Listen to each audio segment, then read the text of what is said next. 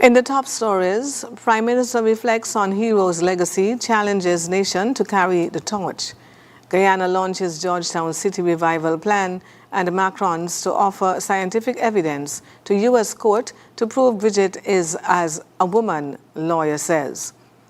Welcome to the ZIZ Midday Newscast. Today is Thursday, the 18th day of September 2025, and I am Jasmine Thomas. Prime Minister of the St. Christopher and Nevis, the Honorable Dr. Terence Drew, opened his National Heroes Day address with a powerful reminder the struggles of our national heroes were not for their own benefit, but for the generations yet to come.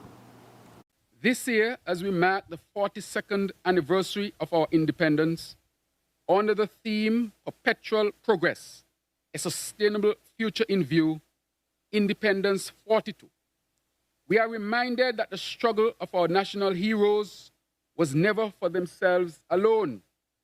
It was for generations yet unborn. It was for us. Their vision was not bound by their time, but stretched toward the promise of a resilient, prosperous, and united people. Our national heroes together form the pillars upon which our federation stands. From Sir Robert Llewellyn Bratcher, who showed us that freedom is born of courage and sacrifice, to Sir Caleb Azariah Paul Southwell, who taught us that progress is measured by how far it reaches into every home and uplifts every worker.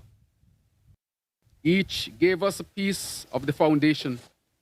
Sir Joseph Nathaniel France reminded us that the health of a nation is inseparable from the health of its people, while Sir Simeon Daniel secured for Nevis a place of dignity within our federation.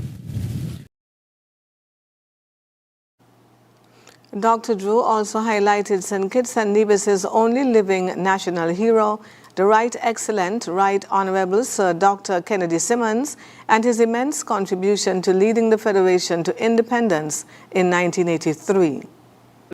And in Sir Kennedy Alphonse Simmons, our living national hero and the first Prime Minister, we see resilience and perseverance. His steady hand that helped to bring us into independence. Together, their vision, courage, and sacrifice form not just our history, but our charge to protect what they built and to carry it forward into a future worthy of their names.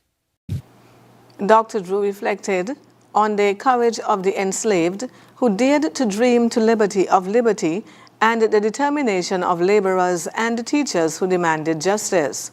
Turning to the present, the Prime Minister declared that while the fight against colonialism has ended, a new challenge lies before us, securing a future that is both prosperous and sustainable. He further emphasized that sustainability is not just about the environment, it's about the people. As the nation paused to honor its heroes, Dr. Drew urged citizens to carry the torch forward. Let us resolve to live as our national heroes lived, with courage, conviction, and hope. Let us pledge to build upon their sacrifices by writing the next chapters of our national story with purpose and determination. The National Heroes Day ceremony was held at the National Heroes Park in Connery and was attended by Governor General Her Excellency Dame Marcella Liebert, Speaker of the National Assembly, the Honorable Lanine Blanchett, representatives of the Nevis Island Administration, Opposition Leader on Nevis, the Honorable Dr. Janice Daniel Hodge, and members of the Diplomatic Corps. The Ministry of Environment, Climate Action and Constituency Empowerment hosted a launch and learn session focused on the sustainable and state agenda, an engaging opportunity designed to inspire conversation and shared commitments on the advancement and success of the ZIZ. This session is intended to create an open channel for knowledge assessment, information sharing, and cross-ministry planning on the Federation's sustainability agenda and its accompanying priorities. The exercise marks the first in a series of upcoming public outreach activities on the ZIZ, following its official milestone promotion in May 2025, and signals a shift in the ministry's approach to engagement, both internally and with the wider public. On the agenda, the event brought together senior public officials, consultants, and stakeholders over an immersive agenda that paired a shared meal with structured discussions on the progress and the future direction of the ZIZ's pillars of progress. 5 divisions representing each parish have been honored with the Nevis Island Administration NIA Department of Community Development's 2025 Unsung Heroes Award. This ceremony, held on September 11 at the Malcolm Gishard Recreational Park, recognized Mr. Joseph Joe Claxton, Tamara Tammy Farrell, Pamela Pam Barry, Orrin Perkins, and Addison Jeffers for their outstanding contributions to community life. Minister of Community Development, the Honorable Senator Janelle Nisbet, extolled the awardees' efforts at community and nation building. Minister Nisbet stated, "We want individuals who are passionate, who contribute and expect nothing in return other than an improved community. And I think that the 5 individuals that we have before us definitely demonstrate that thoroughly. Please continue to contribute to your community and inspire others to do so." She also announced that portraits of the honorees will be displayed at the respective community centers with the hope that others will emulate their example. The Department of Community Development's Unsung Heroes Award continues to highlight the power of selfless service, ensuring that individuals who quietly shape communities across Nevis are celebrated, remembered, and used as an inspiration for generations to come. In regional news, the government of Guyana has reaffirmed its commitment to transforming Georgetown into a sustainable modern capital while preserving its unique heritage and identity.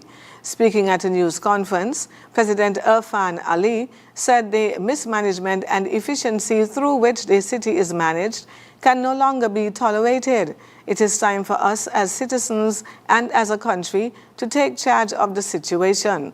We are advancing the rescue of Georgetown. He added that the initiative forms part of a broader national strategy for sustainable urban development, starting with the capital and its surrounding region.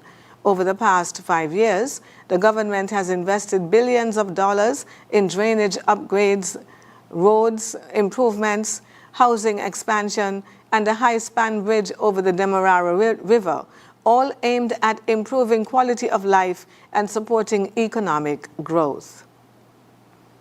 On the international scene, in the United States, French President Emmanuel Macron and his wife, Brigitte, are taking legal action in a high-profile defamation case, aiming to prove with what her lawyer calls scientific and photographic evidence that Brigitte Macron is a woman.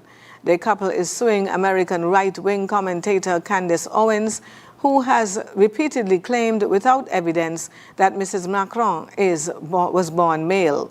Speaking exclusively to the BBC's Fame Under Fire podcast, the Macron's attorney, Tom Clare, said Mrs. Macron found the allegations incredibly upsetting, calling them a distraction for the French president. He added that she is prepared to undergo a public and uncomfortable process to set the record straight. The claims date back to a 2021 YouTube video by French conspiracy bloggers and have gained traction in far-right circles online.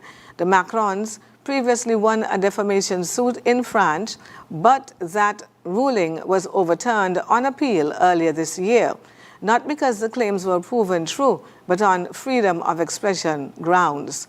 The couple is appealing. In July, they filed a new suit in a U.S. court accusing Owens of ignoring credible evidence in favor of promoting known conspiracy theorists. Owens, who has millions of followers online and is known for her controversial views, has responded with a motion to dismiss, arguing the case was improperly filed in Delaware. Under U.S. defamation law, public figures like the Macrons must prove actual malice, that false claims were made knowingly or with reckless disregard for the truth. Candace Owens has previously stated she believes her claims are true and that defending such views falls under the protection of free speech. And now for the weather. Present weather across St. Kitts and Nevis is cloudy, skies with light showers. Winds a gentle breeze of 8 miles per hour from an easterly direction. Seas are 1 to 1.5 meters or 3 to 5 feet. Weather today variably cloudy with a 60% or moderate chance of localized showers and a 20% or slight chance of afternoon thunderstorms. The weather tonight will be partly cloudy with a 20% or a slight chance of a shower. Sunset this evening will be at around 10 minutes past 6, and the sunrise tomorrow morning is set for 6 o'clock. That brings us to the end of the ZIZ Midday Newscast. Join us this evening for these stories and more in detail. Thank you for tuning in. I am Jasmine Thomas. God bless you. Happy Independence.